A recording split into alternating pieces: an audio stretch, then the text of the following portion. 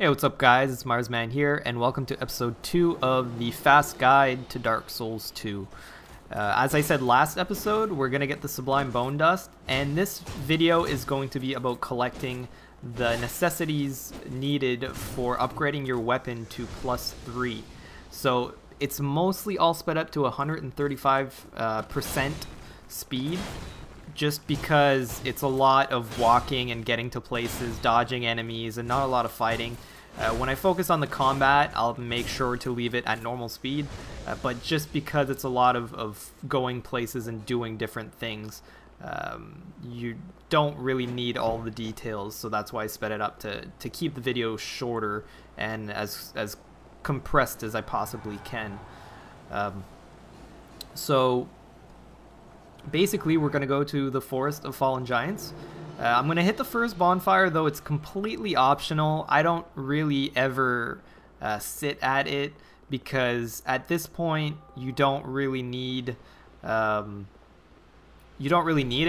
It doesn't give you any good checkpoint or shortcut or anything. It's just kind of in the middle of two areas that you use, so it's a little bit pointless, but I'm gonna sit at it anyways, or activate it anyways, just so you guys know.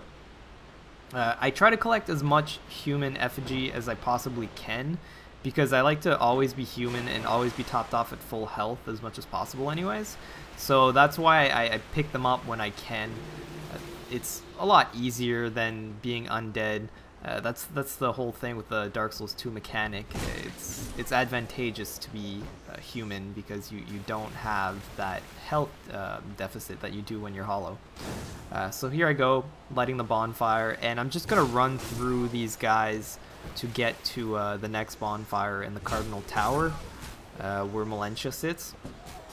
Because honestly, if you want to sit and kill all of them, you can, but you'll only gain like a few hundred souls, and it's really not worth it in my opinion if you can skip it all. Sometimes this area gives me some problems and I do have to fight everyone in here, but luckily I was able to just go through to the fog gate right away and not get hit. When you're dodging in these corridors, hug a side and then sweep to the other side like I did there. I hugged the left side and then I quickly snap to the right side, and that usually works for avoiding the thinner enemies at least. Some enemies you can't avoid like that. So here we go. We are at Melentia, and I slowed this down just so I can talk about it a little bit. You want to buy some items from her with the souls left over. And of course this guide followed me up here. The most important thing is to get the key for Lennisgrass, and you want to get a couple fire bombs. You only need 2, but I bought 3 just in case. And I was contemplating actually buying the club, because that scales better with strength. The other thing you can get if you're new to the game, the Traveling Merchant Hat actually gives you a better item find. So if you like item discovery, you can get extra drops from mobs and stuff. That's a really good helm to have, but I don't like wearing equipment, so I'm just rocking the kind of the nude character for now anyways. But I'm going to equip the fire bombs because I will use them later, and I'm just going to go up here to get a Estus Flash Shard. Quick note, the door is locked, but you can bash it. I don't know if there's actually a key for that door anywhere, or if you're actually meant to bash it, but just in case you guys didn't know about that, the Estus Flash Shard is in this chest, and there's also the small white soapstone, which allows you to be a shade into another person's world for a short time. I missed the Divine Blessing there, but it's not a big deal. I just sat at the bonfire to top off again, as I like to do. You can actually blow up the wall that I'm going to blow up with from the other side, but it's a little tricky and requires more firebombs, so I felt like being more efficient and only getting a couple firebombs for this instead of spending my souls inefficiently. Now you flip here, and I want to go to Kael, because for upgrading my weapons, Kael is a really good spot, because in his house, in the big mansion that's locked in Majula, there's actually 3 Titanite shards, and there's another Estus Flash Shard. So we're kind of grabbing everything together as we're progressing through the game, and that's the most efficient way to do it, at least from what I've found, was kind of doing it like this. I'm going to grab an optional Titanite shard while I'm here, but it's completely optional. Like I said, you can get another one in the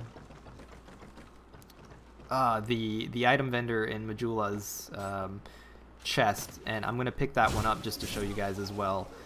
But it's going to give me an extra Titanite shard that I didn't need, basically. But of course you can screw around and upgrade other weapons. So drop down here, and you just go up this little rock thing. It's a little sketchy, it doesn't work quite well, but you get a Titanite shard right there. So that is Titanite shard number 1.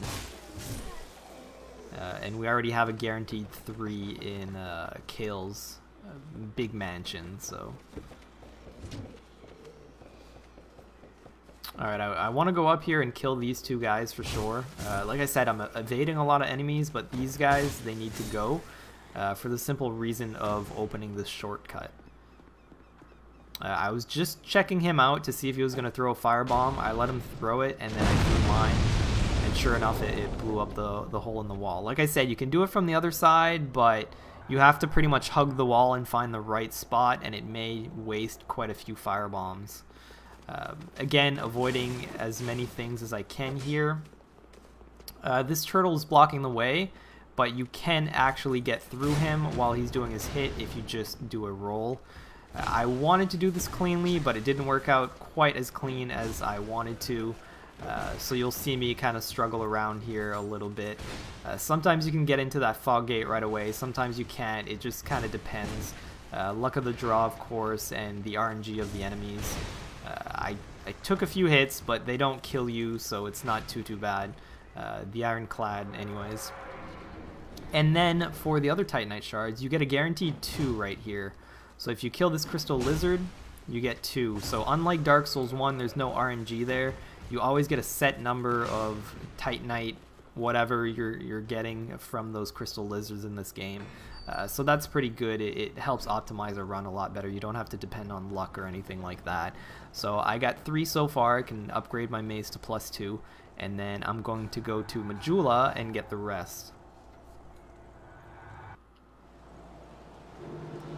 So yeah, while you're here, if you want to go pick up the extra one in, is it Magrold? No, Magrold is the other vendor. I can't think of that guy's name. I never talk to him anymore. But yeah, just go in the shop, go up the ladder, and there is a Titanite shard there. And you can just jump down the ladder like that. You don't have to actually go down the ladder. But yeah, here we go inside the house. The Pharaoh's Lockstone here is also very important. I will show the use for it in a future episode. Pharaoh's Lockstones, for the most part, have some items that are semi-useful,